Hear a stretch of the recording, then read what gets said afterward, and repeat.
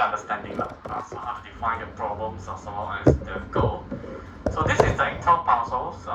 It was again my childhood. So you have this numbers on the so-called I don't know how to call it. It's like a square. Then you can select the tiles, right? So then you can mess it up, and then you have to think how to select the numbers to arrange all these number back to the ascending orders, right? 1, 2, 3, 4, 5, 6, 7, 8. So how many of you played this game before? Or maybe I think you have this game on the phone also, right? Some apps. So yeah. So again, before we design the algorithms using the blind search, you can use blind search or informed search. You have to define the problem and goal also, right? Like the previous examples.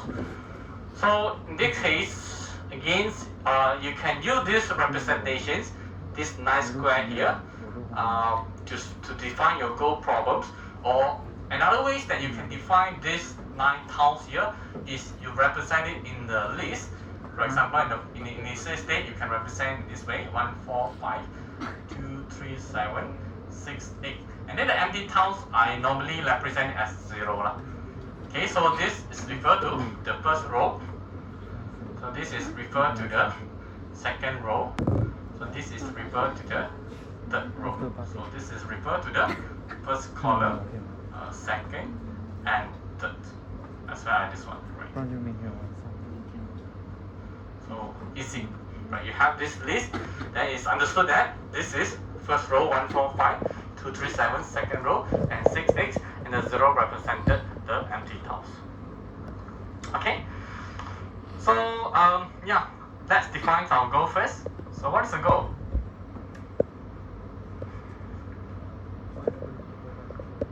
Yes, very good. So your goal is to reach 1, 2, 3, 4, 5, 6, 7, 8, 0. So this is your goal. And then what is your optimal solutions? Yes, you like to reach the goal with at least a number of steps. So the step here is referred to the slide, right? One slide is equal to one step. So the last one, abstraction. What are the factors that may affect, or maybe the speed of your slidings? What are the factors that you may think that will affect? The weather. Can you further elaborate how the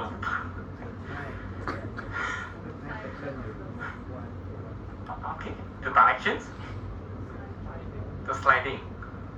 Sliding is the requirement, is it? You start. The time taken. Okay, you can say the time taken is not our main factors, right? As long as the least number of steps. Maybe some of you are very slow and you slide slower. Maybe some of you are very fast. The time is not our concern. We just to reach in the least number of steps. Very good. Time is not our concern. Someone say weather. You can write weather in the exam, but you have to elaborate. Why weather? Maybe it's raining day. You're moody. If you're moody, it will affect. Yeah. Can but see the marker lah. If the marker is very good, then it will give you marks. If the marker is very strict one, then it will give you marks. Okay, time is not the concern. Maybe the materials. Maybe the materials of the cube is not our concern. Some made of wood, some made of plastic, right? Plastic sometimes you kick hard, you know, right? Jam. So in our case, the materials maybe it's not our concern. Okay, maybe it's not our concern. Okay, and others. So you have to think what are the factors that may affect the performance, may affect the optimal solutions. So done. So you have 3 marks here. So what is problem formulation, right? So we have an initial state, right? So initial state. So this is the initial state. 1, 4, 5, 2, 3, 7, 6, 8, 0. Okay, so what else? What are elements in problem formulations?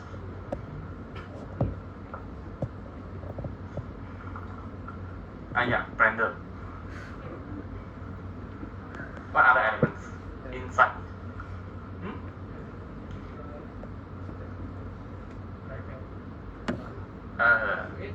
Color.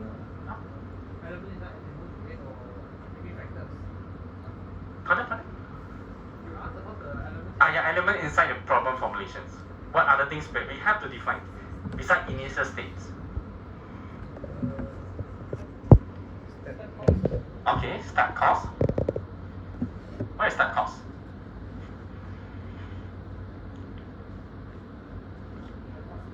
Equal to? Actually it's a number. It's a start cost in this case. 1. Yeah, because every time you slide, it's equal to 1 step. You slide, you cannot slide 2 times, right? You have to slide 1 time each step. Okay, step cost is the cost is taken to change one state to another state or the next state. Right? For example, in this case, you slide 7, right? You slide 7 down, then it's equal to 1. Okay. So what else? You have a path cost. So path cost is the total cost along the path. You can write like this because in this case you don't have the exact path yet. What else? Successor function is the most important element. What is the successor function? Is the all the possible movement, right? So what are all the possible movement?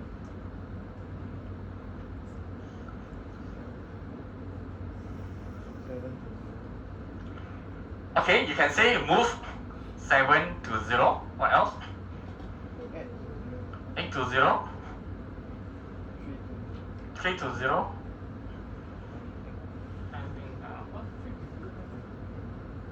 You don't look at the initial state.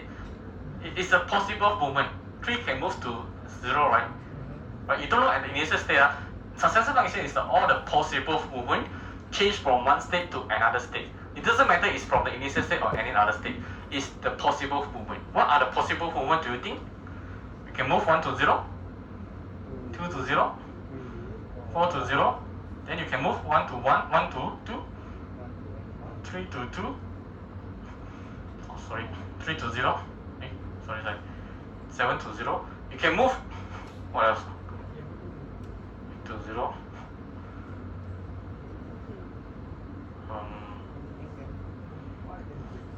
Anything, right? You can. There will be many movement, right? A lot of movement. So this make our move is not effective. So instead of moving the tiles to 0, in this case, we move the empty tiles. If you move the empty tiles, then there will be only 4 movement. Right? You can move 0, right, up, left, up, and down, down. So that is your successor function. You have only 4 steps. Easy. Instead of you move so many steps here, you just control the empty tiles. Instead of move the value, you move the empty tiles. I know that in exact ways cannot write, but in the algorithm, yes, you move the empty tiles to left, to right, to up, or to down. There are only 4 possible movements. Is that clear? Yeah, so you can move this to here, maybe this one is outside the boundary, so we cannot move. This one outside the boundary, we cannot move. So this will be your successor function. Move the empty tiles to left, to right, to up, or to down. Okay, so what else do you have? You have a state space. So let's see how we expand, or how do we generate the state space. Maybe I give you some ideas. Yeah.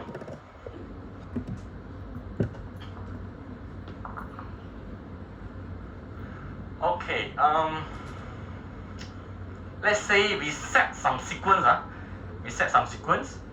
Okay, 0 move to right, 0 move to down, 0 move to left, 0 move to up. We follow this sequence. We have to set our sequence. So let's see how do we generate the state space. So this is the initial state, start from level 0.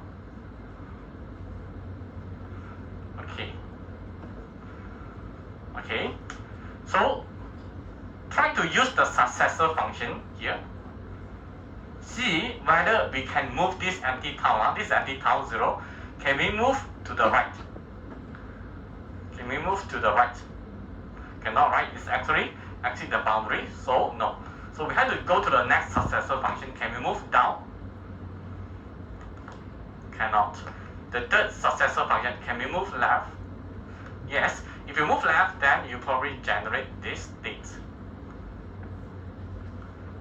Okay, done. So next, same level, we're talking about same level. Okay, so next, can we move up? Yes. So if you move up, so we will get 1, 4, 5, 2, 3, 0, 6, 8, 7. So do we have more successor functions? No, right? So you can see that successor function is to generate this state to another state. The purpose for successor function is for you to move to another state. Move to another step. Okay? So this is the possible child node from this parent node. So now that no more possible action already. No more. Okay? So restart the successor function, generate from here. Can we move the 0 to right? Yes. So we have 1, 4, 5, 2, 3, 7, 6, 8, 0. Can we move down? No. Can we move left? Yes. Okay. The last one, can we move up? The last successor function. Can we move up? Can. So if you move up, so we will get this. Yes. So this 3 will be the child node generated from this parent node. Then we continue with this state. Can we move right? Cannot. Can we move down? Yes. Okay. Can we move left? Can. Okay. Can we move up? Can. Right? Can we move? We can move up. No more. Then we have to continue generate until the end, until there's no more expansions, that will be your state space. But we won't ask you to generate the state space stuff. Normally, if we would like to generate, then we will say, okay, generate the state space until level 2. So this is level 0, level 1, level 2. You expand here, then you stop it. Okay? So normally. Okay? So that is the state space. What else? We have a state space, successor functions, initial state, path. I think the path is not very important. Path to show the how you display the path. Then we have a goal test. You use an if else statement. Whether the current state is equal to goal state. If yes, stop it. If no, continue. Okay. So successor function done, state space done. Define the path. Yeah. So this is how you display the path. Goal test. You can use the if else statement. Step cost. The step cost here is equal to 1. Because every time you slide here, you slide the step cost. I think someone defined here the step cost. So we talk about the path cost, right? The path cost, you can give one example. The path from this state to this state is equal to 1 plus 1. So the path cost for this path is equal to 2. Okay, means that you slide 2 times. You slide this 0 to left, you get here. 0, move back to right, so you get 2. So the path cost for this path is equal to 2. You slide 2 times, so the total step cost is equal to 2. Alright. Boleh.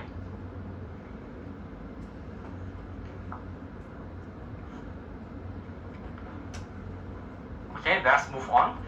So after you define the goals and as well as the problem, the next thing that you have to do is, no more. So you have to apply the search, right? The search algorithms, which we will cover next week and the following 2 weeks later.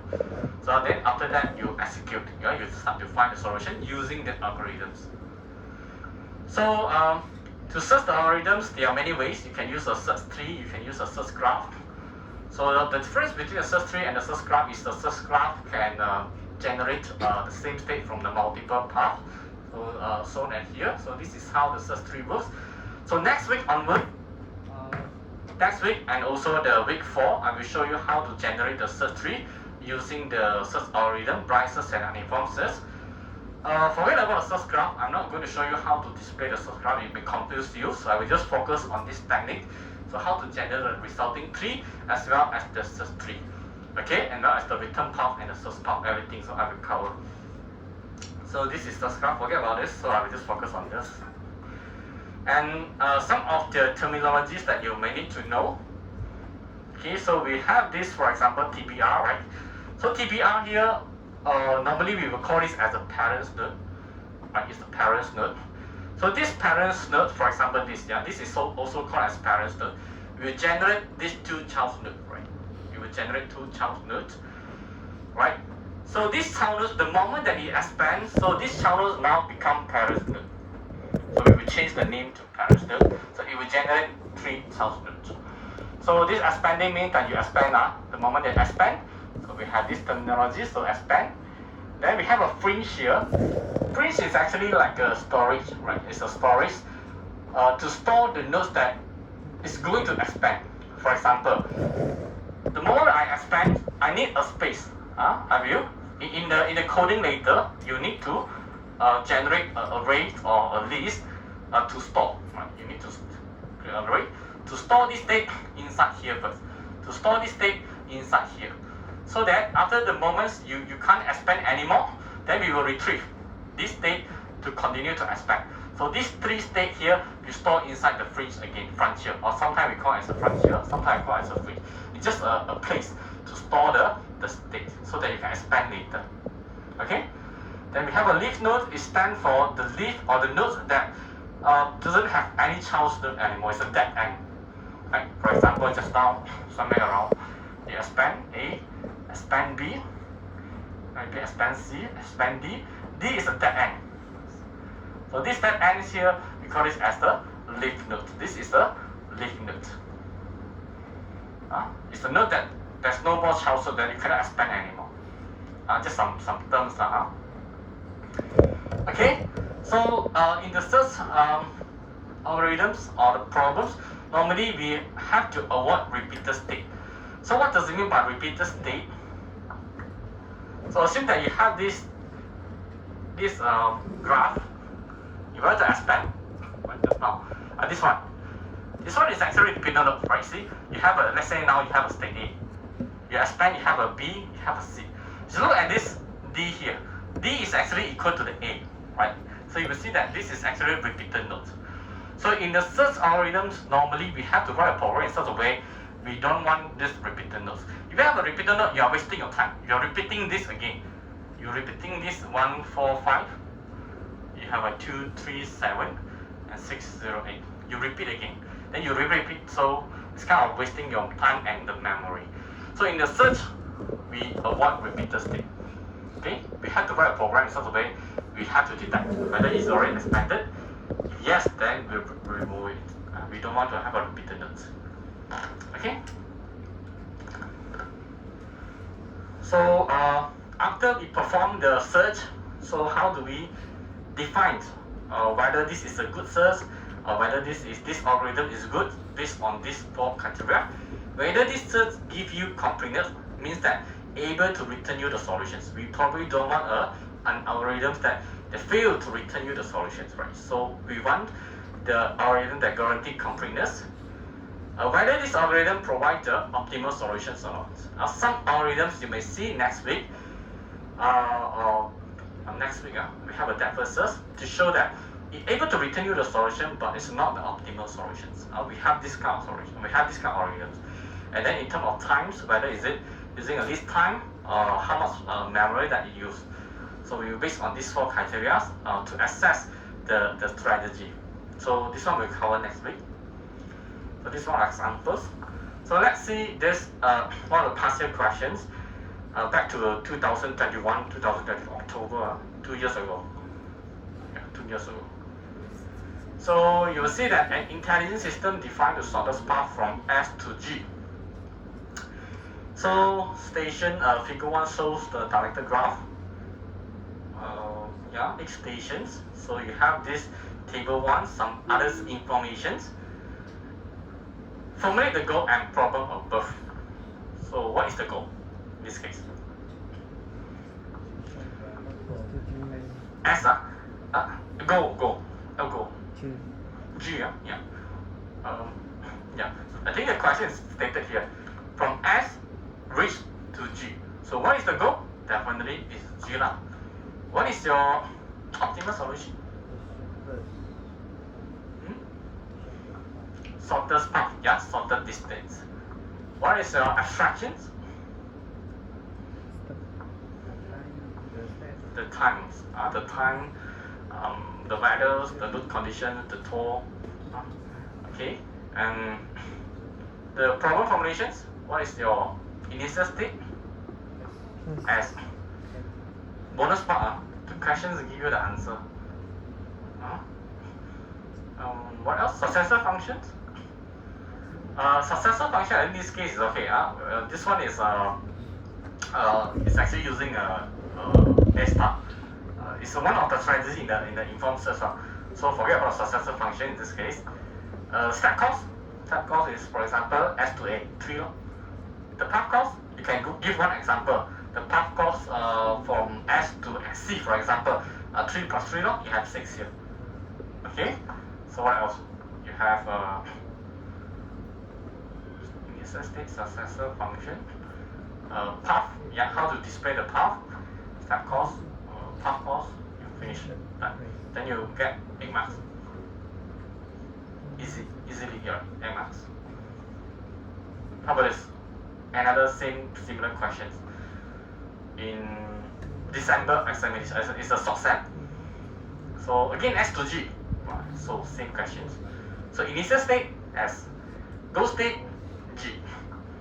What is your optimal solution to reach the destination in the least number of distance? Right. Abstractions, the time can be ignored. Yeah. Is it? Okay now. So I think the answer is given here. The answer is given here.